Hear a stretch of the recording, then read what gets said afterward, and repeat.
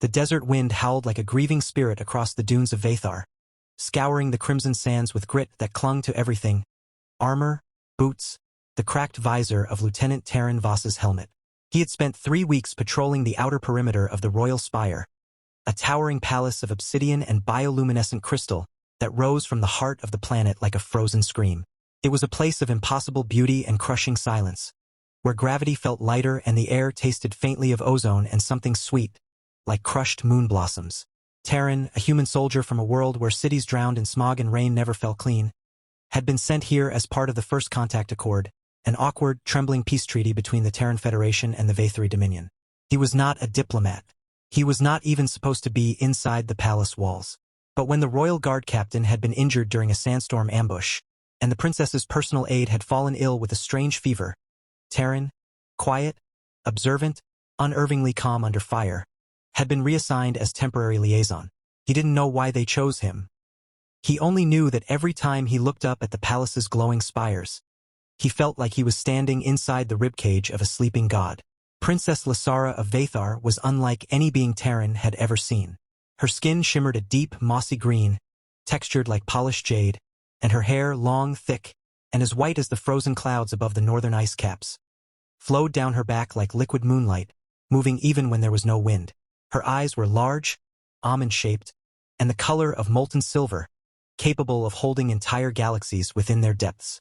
She moved with a grace that made Taran feel clumsy, like a child dragging a sack of rocks through a cathedral. She spoke in a voice that was neither harsh nor soft, but layered, like wind chimes dipped in honey. She never smiled often, not at first. But when she did, it was as if the entire palace exhaled. They met for the first time in the Hall of Whispering Mirrors, a vast chamber lined with panels of living glass that reflected not images, but emotions. Taran had been told to stand still, to say nothing, to let her observe him. He stood there for nearly an hour, sweating under his armor, wondering if she was judging him for his rough hands, his scarred knuckles, the way his boots still carried dust from the battlefield. When she finally spoke, her words were simple. "You do not fear the silence." He had blinked. "I don't know how to fill it," he admitted. She tilted her head, and for the first time, something flickered in her eyes. Not curiosity, not suspicion, but recognition. "Then you are more Vathari than you know," she said, and walked away without another word. That night, he dreamed of her hair, tangled in the wind of a world that didn't exist. The days passed in a rhythm of quiet tension. Taran was given a small chamber near the palace's eastern terrace, where the air smelled of night-blooming vines and the distant hum of energy conduits pulsed like a heartbeat. He ate alone in the mess hall, where the Vathari courtiers stared at him with expressions that hovered between pity and disdain. They called him the Stone Eater, because he consumed rations that looked like hardened clay and tasted like burnt metal. He didn't mind. He was used to worse. But on the 7th day, a servant, small, trembling, with eyes too wide for her face, brought him a tray. Not the usual nutrient paste. Not the bland, gray sludge that passed for food here. This was something else. A single, curved bowl of translucent gel, shimmering with flecks of gold, resting atop a bed of crushed crystalline petals.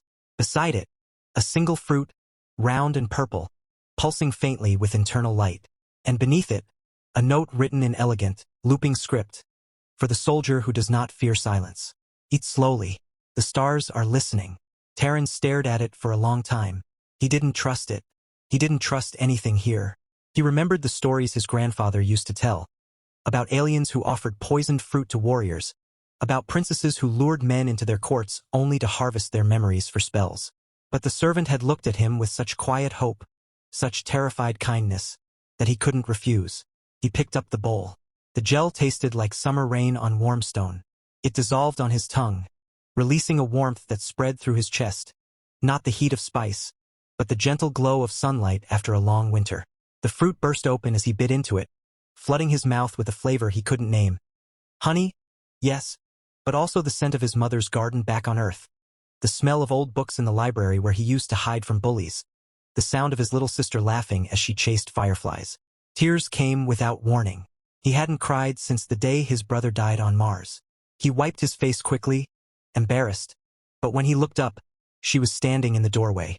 Lasara. She hadn't knocked. She never did. She simply appeared, as if the air had parted for her. "You ate it," she said. He nodded, too stunned to speak.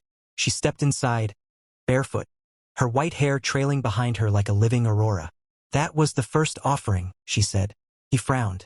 "What is?" "The meal of the unspoken bond," she replied, her voice low, almost reverent. "It is not food. Not truly. It is memory. It is invitation. It is the beginning of a soul choosing another." He stared at her. "You mean, you gave me your lunch?" She didn't laugh. She didn't smirk. She didn't even blink. "I gave you my heart's echo," she corrected gently. "In my people's tongue, we do not say, 'Will you marry me?' We say, 'Will you taste my silence?'" Taryn swallowed. "I didn't know." She stepped closer. The scent of her, like crushed petals and cold mountain air, filled the room. "I know you did not. And yet you ate it anyway." He looked down at the empty bowl. "I was hungry." She smiled then. Not the slow, careful smile she gave to her advisors. This one was brighter, wilder, like a storm breaking after a century of drought. "Then you are a fool," she said. "And I have never met a fool I did not love." He didn't know what to say, so he said nothing. She stayed for another hour. She told him about the great drought of Vathar, when the sky wept ash for 3 years and the royal family walked barefoot across the dunes to pray to the stone mothers. She told him about the war with the Krithani, how her mother had led the last charge against the plasma cannons, her hair ablaze with energy, her voice ringing across the battlefield until the enemy fled in terror. She told him about the mirror chamber, how it didn't reflect faces, but truths, the way a man held his breath when he lied, the way a woman's pulse quickened when she loved something she was afraid to name. Taryn listened. He didn't interrupt. He didn't try to fix her pain. He just sat there on the edge of his narrow cot and let her talk. And for the first time since he'd left Earth, he didn't feel like an outsider. That night, he didn't dream of her hair. He dreamed of her voice. The next morning, he found her on the sky bridge, a narrow walkway of floating stones suspended between 2 towers, where the wind carried the scent of burning incense and distant drums. She was standing barefoot on the edge, her hair whipping around her like silk banners, watching the twin suns rise over the dunes. She didn't turn when he approached. "You came," she said. "I didn't know where else to be," he replied. She turned then, and for the first time he saw the weight in her eyes. Not sadness, not loneliness, but something deeper, something ancient. "They want me to marry Krylon of the Black Spire," she said. "He is rich. He is powerful. He has 3 warships and a lineage older than your planet's written history." Taryn didn't say anything. "He offered me a throne made of bone," she continued, "and a crown woven from the tears of conquered worlds." Still, he said nothing. She stepped down from the edge, walked toward him, and placed her hand on his chest, right over his heart. Her skin was cool, but the touch sent a shiver through him that had nothing to do with temperature. "I told him," she whispered, "that I would rather marry the man who ate my silence without knowing what it meant." He looked down at her hand. "You're serious?" "I am the Princess of Vathar," she said, and her voice cracked just slightly. "I do not joke about love." He wanted to pull away. He wanted to run. He wanted to tell her that he was just a soldier, that he didn't know how to be anything more than a weapon, that he had never held a woman's hand without thinking about how easily he could break it. But he didn't. He reached up, slowly, hesitantly, and placed his own hand over hers. "I don't know how to be your husband," he said. She smiled again. "Then learn." And that was the moment everything changed. The court was furious. The High Council convened in the Chamber of Echoing Thrones, where the walls were lined with statues of past rulers, their faces carved from living stone that wept silver tears when lies were spoken.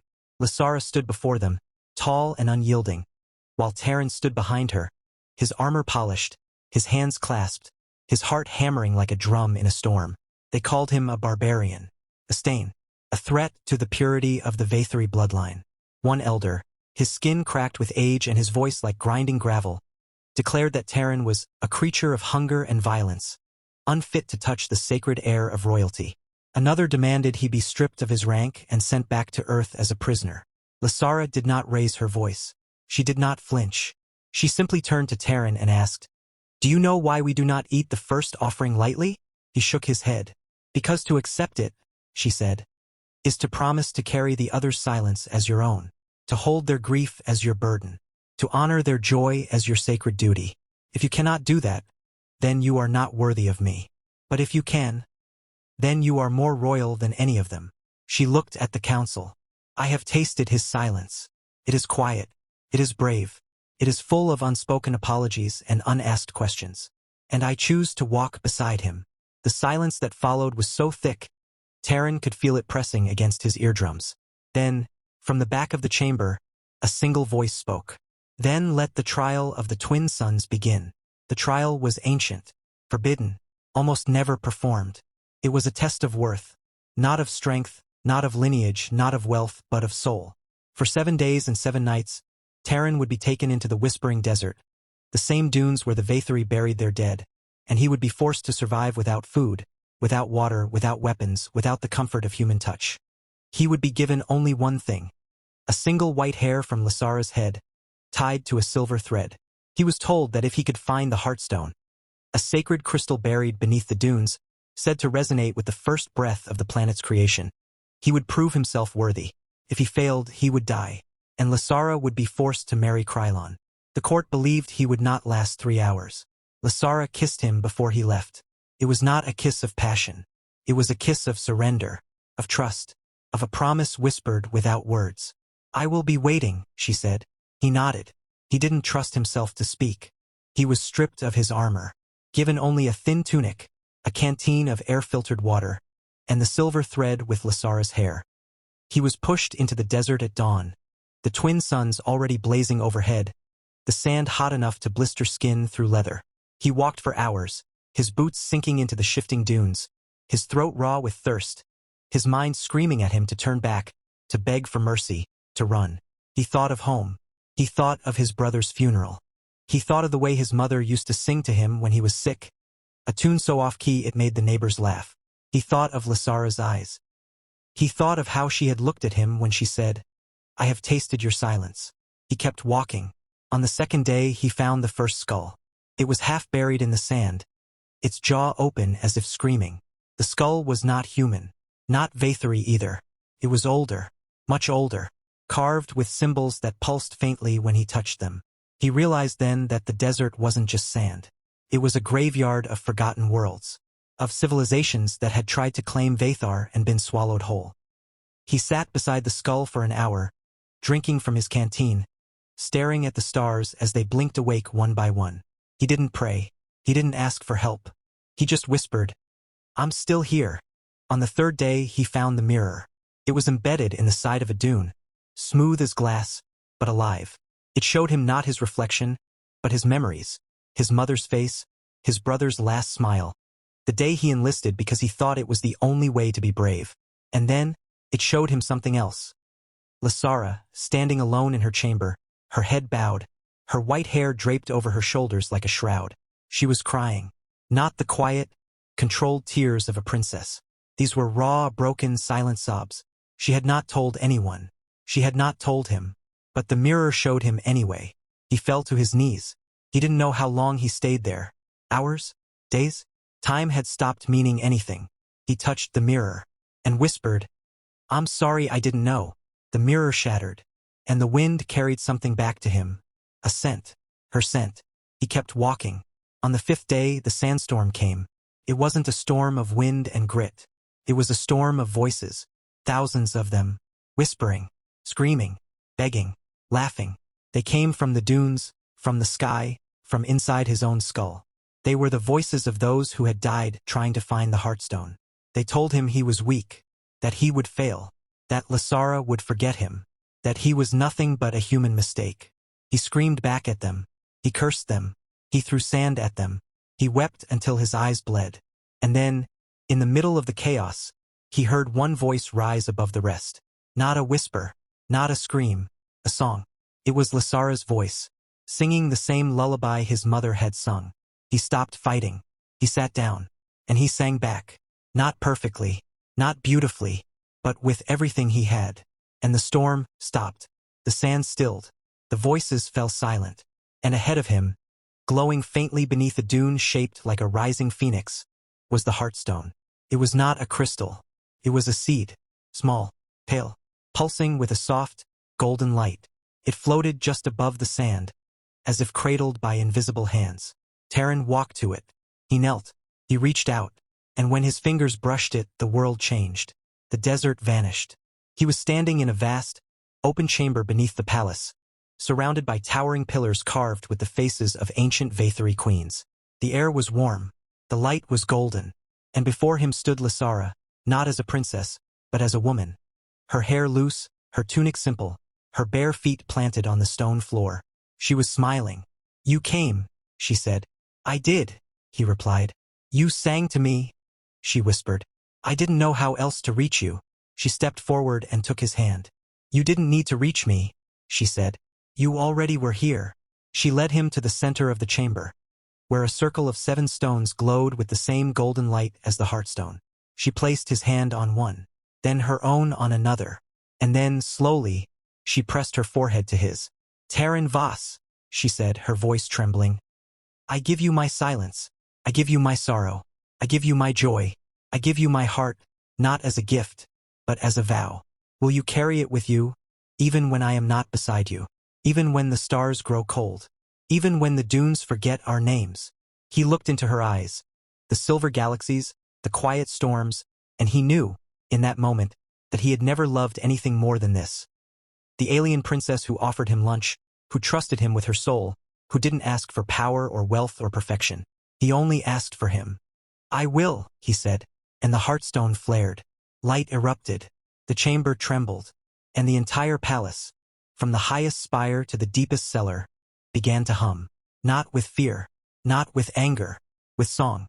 The court found them hours later, still standing in the chamber, hands clasped, foreheads touching, the heartstone resting gently between them, now glowing steadily, like a second heartbeat. Lasara's hair had turned a deeper white, streaked with gold. Taran's skin shimmered faintly, as if dusted with starlight. They were changed, not physically, not in ways the eye could see, but in ways that mattered. When they returned to the throne room, the High Council was silent. Krylon of the Black Spire stood, furious, his black robes swirling like smoke. "This is an abomination," he shouted. "A human? A soldier? A mortal? You would wed him to the bloodline of the Starborn." Lasara turned to him, calm, radiant, her voice clear as a bell. "Krylon," she said, "you offered me a throne of bone. I offered him my silence. He did not know what it meant, but he carried it anyway." She stepped forward, pulling Taran with her. "And now," she said, "he carries it still." The silence that followed was not empty. It was sacred. The wedding was not grand. It was not filled with jewels or feasts or fireworks. It was held in the Hall of Whispering Mirrors, beneath the stars, with only the desert wind as witness. Lasara wore a gown woven from spider silk and moonlight. Taran wore his old uniform, cleaned and polished, the insignia of the Terran Federation replaced by a simple silver band shaped like a rising sun. They did not exchange rings. They exchanged breaths. And when the ceremony ended, the heartstone, now embedded in the floor of the palace, pulsed once, softly, and the entire palace bloomed with light. The Vathari began to weep, not in sorrow, in joy. They had not seen the heartstone awaken in over 1,000 years. They had not seen a human be chosen. They had not seen love win. Taran didn't know what to do with his new title. He wasn't a king. He wasn't a prince. He was just Taran, Lasara's husband, the man who ate her lunch without knowing it was a proposal, the man who sang to a storm and survived. He didn't feel like royalty, but he felt like he belonged. The days that followed were strange. The court still whispered. Some still hated him, but others began to change. The servant who had brought him the first offering now brought him tea every morning, bowing low, her eyes bright. The palace cooks, once disdainful, began leaving small dishes outside his door. Crystalline fruits, glowing soups, petals steeped in honey. One evening, he found a small sculpture on his pillow. A figure of a human soldier, carved from white stone, holding a bowl of gel, with a single white hair tied to his wrist. He didn't know who made it. He didn't need to. Lasara, for her part, began to change too. She laughed more. She danced in the halls, barefoot, her hair swirling behind her like a comet's tail. She dragged Taran to the observation decks at midnight, where they lay side by side, watching the stars move in patterns no human astronomer had ever mapped. She taught him to read the language of the wind, how the way the dunes shifted told stories older than Earth. He taught her how to eat peanut butter, which she declared a crime against flavor, but then devoured 3 jars in one sitting. She cried when he told her about Earth's oceans. She wept when he showed her a photo of his mother. And when he asked her why she chose him, she always gave the same answer. Because you didn't ask for anything. He didn't know how to answer that, so he kissed her, and that was enough. But peace, even in a palace of stars, is never permanent. 3 weeks after the wedding, the Krithani returned. They came not as warriors, but as emissaries. 3 ships, black as void, descending over the desert like vultures. Their leader, a towering figure clad in armor forged from the bones of dead gods, stepped onto the palace steps with a smile that didn't reach his eyes. "Princess Lysara," he said, his voice like nails on glass. "We have come to reclaim what was stolen." She stood on the balcony, Terran beside her, his hand resting lightly on the hilt of the sword he had been given. A ceremonial blade, forged from the Heartstone's light. "What is stolen, Krithani?" she asked. "The Heartstone," he said. "It is not yours to give. It is not yours to awaken. It belongs to the first war, to the blood of the conquerors. And now you have broken the ancient pact. You have awakened it with a human's touch. The stars are angry." Terran stepped forward. "We didn't break any pact. We just loved each other." Krithani laughed. Cold, hollow sound. "Love is a weakness, and weakness is a sin against the order of the universe." He raised his hand. Behind him, the Krithani soldiers raised their weapons. The palace lights flickered. The wind died, and then Lysara stepped forward. She didn't raise a weapon. She didn't call for guards. She reached out and touched Terran's cheek. Then she turned to Krithani. "Do you know what my husband did?" she asked. Krithani sneered. "He ate my food. He slept in my enemy's bed." "No," she said, her voice soft, but carrying across the entire courtyard like a bell. "He carried my silence when he did not know what it was. He sang to the storm when all others screamed. He walked through a desert of ghosts and found the Heartstone not because he was strong, but because he was kind." She turned back to Terran. "And now," she whispered, "he will teach you what real power is." She stepped back, and Terran stepped forward. He didn't have a weapon. He didn't have armor. He didn't have magic. He had only his hands, and his voice. He looked at Krithani, and he began to sing. Not a song of war, not a song of power, but the same lullaby his mother had sung. The same one Lysara had sung to him in the desert. The same one the Heartstone had answered. The Krithani soldiers froze. Their weapons dimmed. Their armor cracked. Their eyes filled with tears. Krithani staggered back, clutching his chest. "No, no, this is impossible. You cannot sing peace into the heart of a conqueror." Terran kept singing, and slowly, one by one, the Krithani soldiers lowered their weapons. One dropped to his knees. Another wept openly. Krithani roared, "Traitors!" But no one moved, because the song had reached them, not through force, not through fear, through memory, through the quiet, unbreakable truth that sometimes the most powerful thing in the universe is not a weapon. It is someone who remembers how to be gentle. The Krithani ships withdrew that night. No one knew why, but the Vathari knew. They had seen the Heartstone glow brighter than ever before. They had seen their princess stand beside her human husband, and they had seen the stars themselves bow. Terran didn't become a general. He didn't become a ruler. He didn't even become a diplomat. He just stayed. He walked the palace halls with Lysara. He taught the children how to make peanut butter sandwiches. He learned to dance in the moonlight. He learned to speak Vathari, not because he had to, but because he loved the way her name sounded on his tongue. And every night, before they slept, she would place her hand on his chest, over his heart, and he would place his hand over hers, and they would sit in silence, not because they had nothing to say, but because they had said everything. And sometimes that was enough. The desert still howled. The twin suns still rose. The palace still hummed. And somewhere, deep beneath the sands, the Heartstone pulsed, steady and warm, waiting for the next soul brave enough to eat a lunch without knowing it was a proposal.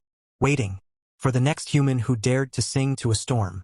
Waiting for the next love that didn't need a crown to be royal. And though the galaxy beyond Vathar still burned with wars and empires and ancient grudges, here, in this palace of crystal and silence, love had won. Not with fire, not with steel, but with a bowl of gel, and a song. and a soldier who didn't know he was falling in love. Until he was already there. And he didn't want to leave. Not ever. The stars watched. And they, too, were silent. Not out of fear. Out of awe. Because sometimes the most powerful thing in the universe is not a weapon. It is a man who didn't know he was being asked to marry a princess. And chose to stay anyway. The Heartstone's glow never faded after that night. It pulsed softly beneath the palace floor. A quiet heartbeat beneath the laughter of children. The murmur of courtiers. The rustle of Lysara's white hair as she walked through the halls with Terran's hand in hers. The Krathani never returned. Not because they were defeated, but because they had been changed. The song had seeped into their bones, into their memories, into the hollow places where hatred used to live. Word spread across the stars. Not of conquest, but of wonder. A human soldier, they whispered, had sung a lullaby and made war weep. And so, slowly other emissaries came, not to demand, not to conquer, but to listen, to learn, to ask if they, too, could taste silence. Terran never sought power. He never wanted a throne. But when Lysara's mother, the aging Queen Valara, fell ill with the slow fading that comes to all Vaetheri in their final years, she called Terran to her chambers, not as a soldier, not as a husband, but as a man who understood quiet strength. She was frail then, her green skin dull, her hair thin as spider silk, but her eyes still held the fire of a general who had led armies through firestorms. "You gave my daughter something?" she whispered, her voice like wind through dry reeds. "That no prince, no warlord, no celestial heir ever could." Terran sat beside her bed, holding her thin hand. "I just loved her." The queen smiled. A real, unguarded smile, the first he'd ever seen from her. "Then you gave her the one thing she never knew she needed. Someone who didn't try to fix her. Someone who just stayed." She reached into the folds of her robe and pulled out a small, smooth stone, black as midnight, threaded with veins of gold. "This," she said, "is the seed of continuity. It has been passed from queen to queen for 10,000 years. Only when a ruler's heart is truly whole does it bloom." She placed it in his palm. "Lysara will be queen after me. And when she is, she will give this to the one who carries her silence. I know who that is." Terran didn't speak. He didn't need to. The queen closed her eyes, and for the first time in decades, she slept without pain. Lysara became queen the next morning, and Terran became something new. Not a consort, not a prince, not a soldier. He became father. The first human father in Vaetheri history. Their first child was born beneath the twin suns, in the garden where the moon blossoms grew. He came into the world screaming, not with the high, thin cry of a Vaetheri infant, but with the loud, booming human wail of a boy who clearly thought the universe owed him snacks. Lysara, exhausted and radiant, held him and laughed until she cried. "He sounds like a storm trapped in a teapot," she gasped. They named him Kiro. He had Lysara's silver eyes and Terran's stubborn chin. He also had a habit of stealing the royal dessert every night and hiding it under his pillow. By the time Kiro was 3, he had taught 3 palace guards how to play catch with glowing fruit, convinced the royal librarian that books were boring unless you scream the words, and once tried to fix the Heartstone by pouring honey on it. He was, in every way, perfectly, beautifully, chaotically human. Then came Lyra.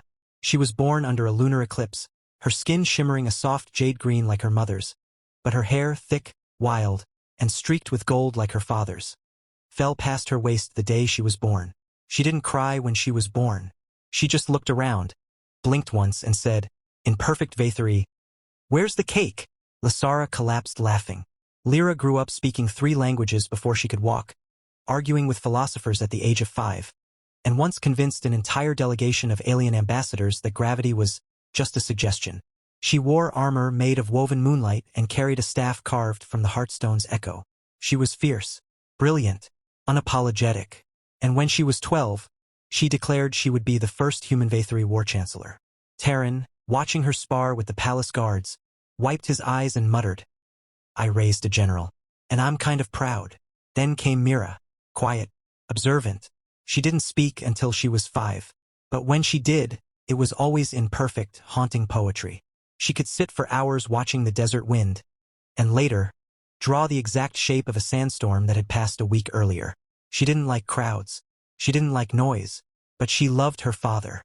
She would climb onto his lap every night, rest her head on his chest, and listen to him hum the lullaby, the one that had saved them both.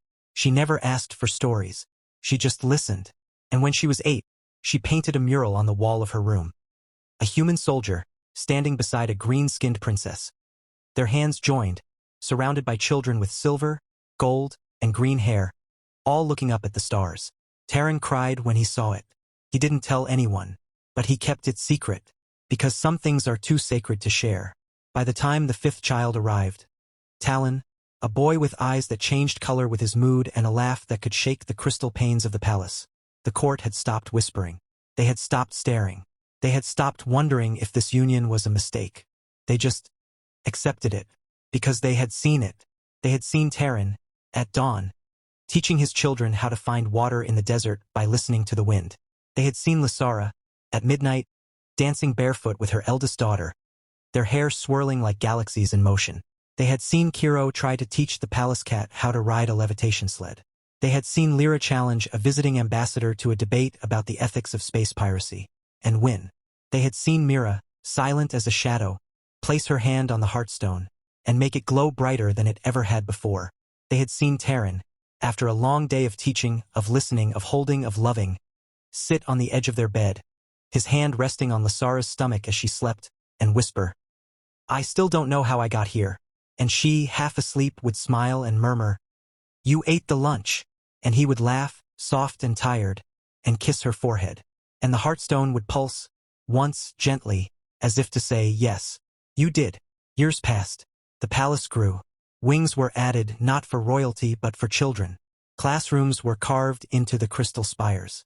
Gardens bloomed with earth flowers and vethary vines. Side by side, humans came. Not as soldiers, not as diplomats, but as teachers, artists, healers, farmers. They brought their songs, their stories, their spices, their terrible jokes. The vethary learned to laugh louder. The humans learned to listen deeper. And Taran? He never became a king. He never wore a crown. He never sat on a throne. But every morning he woke before the sun. He walked to the garden where the moon blossoms grew. He kissed Lysara's forehead as she slept. He made breakfast for his children, sometimes peanut butter sandwiches, sometimes glowing fruit stew, sometimes both. He listened to their stories.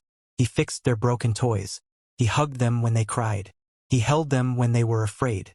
And every night, as the twin suns dipped below the dunes and the palace lights flickered awake like stars come down to earth, he and Lysara would sit together on the sky bridge, their children scattered around them. Some asleep on the floor, some arguing over who got to feed the starfish, some painting constellations on the walls with glowing paint. And Lysara would lean her head on his shoulder, and he would rest his hand on hers, and they would sit, in silence, not because they had nothing to say, but because they had said everything. And the silence between them was the most beautiful thing in the universe. One evening, when the youngest child, Talon, was 7, he climbed onto his father's lap and asked, "Dad, how did you know Mom loved you?" Taran looked out over the desert, where the wind whispered secrets older than time. He thought of the bowl of gel, the note, the desert storm, the song. He thought of the way her hair moved even when there was no wind. He thought of the way she had looked at him when she said, "I have tasted your silence." He smiled. "I didn't know," he said. "I just stayed." Talon thought about that for a long time. Then he nodded. "Okay," he said. "I think I get it." And he leaned his head against his father's chest and listened to the quiet, to the heartbeat, to the love that didn't need a crown to be royal. Years later, when Lysara's time came, when her skin grew pale as frost, when her hair turned to silver mist, when her voice became the wind itself, she did not die in a chamber of stone. She died in the garden, surrounded by her children, surrounded by her husband, surrounded by the scent of moon blossoms and the sound of 1,000 footsteps, human and vethary alike, coming to say goodbye. She held Taran's hand as the last light faded from her eyes. "I didn't choose you because you were strong," she whispered. He kissed her forehead. "I know. I chose you because you didn't need to be." He held her tighter. "I'm still here." She smiled, and breathed out, and became the wind. The heartstone flared once, blindingly bright, and then softly it pulsed again. And the entire palace, every stone, every crystal, every leaf, every child's laughter, hummed in unison, not in grief, in gratitude, in love. They buried her beneath the moon blossoms, where the sand turned to glass when the twin suns kissed it at dawn. And they buried with her the seed of continuity, because she had given it to Terran, and he had given it to his children, not as a crown, not as a weapon, but as a promise, that love doesn't end. It grows, it spreads, it sings, and sometimes, if you're lucky, it starts with a lunch. Terran didn't remarry. He couldn't. No one else had ever tasted his silence. No one else ever could. He raised his children. He taught them to listen, to sing, to eat strange food without asking what it was, to hold hands even when they were afraid. He taught them that peace wasn't the absence of war. It was the presence of courage. And that the bravest thing you could do was to stay. When Kiro was 30, he became the first human to lead the Vathari Defense Fleet. When Lyra was 28, she founded the first interstellar school of silence, where beings from 100 worlds came to learn how to listen. Not to speak, not to argue, not to conquer, but to hear. When Mira was 35, she wrote the Book of the Unspoken, a collection of poems, songs, and stories that became sacred across the galaxy. It began with one line: "Love does not shout. It waits. It eats. It sings." And Talon? He became a gardener. He tended the moon blossoms. He planted earth flowers beside Vathari vines. He built benches where lovers could sit, hand in hand, in silence. And every night, before he slept, he whispered the same lullaby. The one his father had sung. The one his mother had answered. The one that had changed everything. Terran lived to be 123. He never aged the way humans did. The Heartstone's light had changed him. Not in body but in soul. He grew older, yes. His hair turned white, his back bent, his steps slowed. But his eyes, they never dimmed. On his final day, he sat in the garden, surrounded by his children, his grandchildren, his great-grandchildren.